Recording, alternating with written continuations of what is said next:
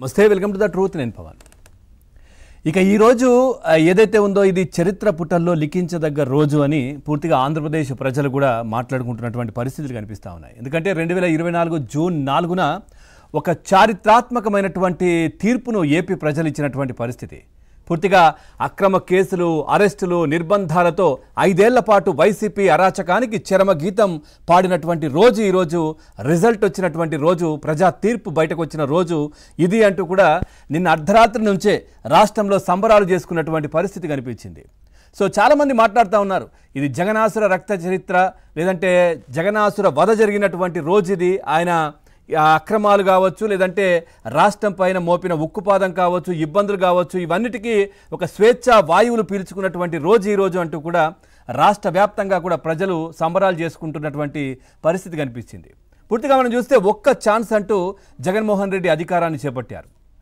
పూర్తిగా అరాచకాలు కావచ్చు, పూర్తిగా మద్యం నుంచి ఇసుక దాకా ఉంటే కాదేది దోపిడికి అనర్హం అనే విధంగా జగన్మోహన్ రెడ్డి ప్రతి దాంట్లో కూడా దోచుకున్నారంటూ కూడా వార్తలు వచ్చాయి. ఆ విధంగా ప్రజలు మాట్లాడుకున్నారు, మనకు కనిపించాయి. తాడేపల్లికి దీనికి సంబంధించిన ముడుపులు కూడా ఈ 5 ఏళ్ల పాటు యథేచ్ఛగా తిరిగినటువంటి పరిస్థితి. కంటైనర్లు ఆ ప్యాలెస్కు వెళ్ళడం, బయటకు రావడం, వెళ్ళడం, బయటకు రావడం, ఇట్లాంటి కార్యక్రమాలు జరిగాయి.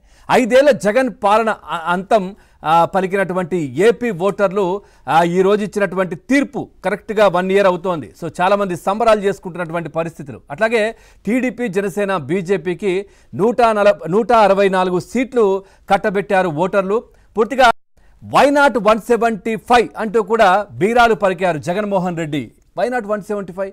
సో మనం నిలబడితే, మనం ఎవరిని నిలబెట్టినా నన్ను చూసి ఓట్లేస్తారు, మనం చేసిన సంక్షేమాన్ని చూసి ఓట్లేస్తారంటూ కూడా హడావిడి చేశారు.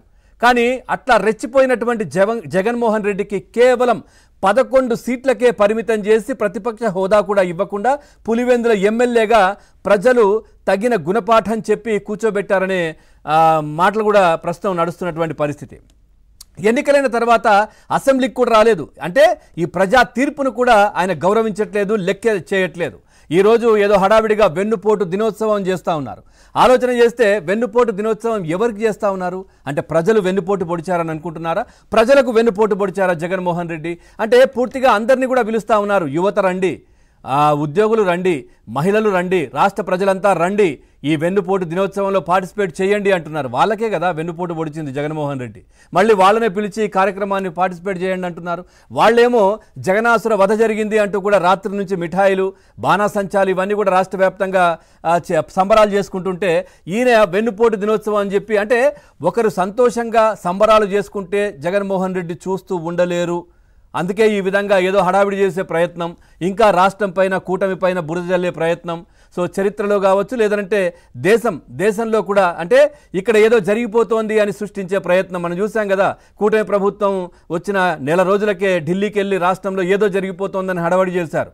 ఎంతోమందిని చంపేస్తున్నారని హడావిడి చేశారు. అక్కడ నేషనల్ మీడియా అడిగింది, మరి అంతమందిని చంపారని చెప్తున్నారు కదా, ఎఫ్ఐఆర్లు నమోదయ్యాయా అని. తెల్లమొహం వేసుకొని మళ్ళీ రాష్ట్రానికి వచ్చేసినటువంటి పరిస్థితి కనిపించింది. అంటే ప్రజలిచ్చిన తీర్పుకు ఎందుకు జరిగింది, ఎందుకు ఈ విధంగా తీర్పిచ్చారు, ఎక్కడ లోపం జరిగింది అనేది ఏ రాజకీయ పార్టీ అయినా, ఏ నాయకుడైనా కానీ దానికి సంబంధించినటువంటి అంశాన్ని పూర్తిగా క్షుణ్ణంగా అధ్యయనం చేసుకోవడం, లేదంటే మనం ఏం చేసాం, మనం ఇవన్నీ మాట్లాడుకుంటారు. కానీ జగన్మోహన్ రెడ్డి అది లేదు. రిజల్ట్ రాగానే ఆయన చెప్పినటువంటి ప్రెస్ మీట్లో ఒకటే మాట, ఎక్కడ పోయాయి ప్రేమాభిమానాలు, ఎక్కడ పోయింది నా మీద ఉన్నటువంటి ప్రేమ, ఎంతో చేశాను కదా, నన్ను ఈ విధంగా వెన్నుపోటు పొడుస్తారా అనే విధంగా ఆ మాట అనకుండానే అట్లా మాట్లాడినటువంటి పరిస్థితి. ఈ నేపథ్యంలో ఈరోజు మరి జూన్ 4న జగన్మోహన్ రెడ్డి ఏదో వెన్నుపోటు దినోత్సవం నిర్వహిస్తూ ఉన్నారు.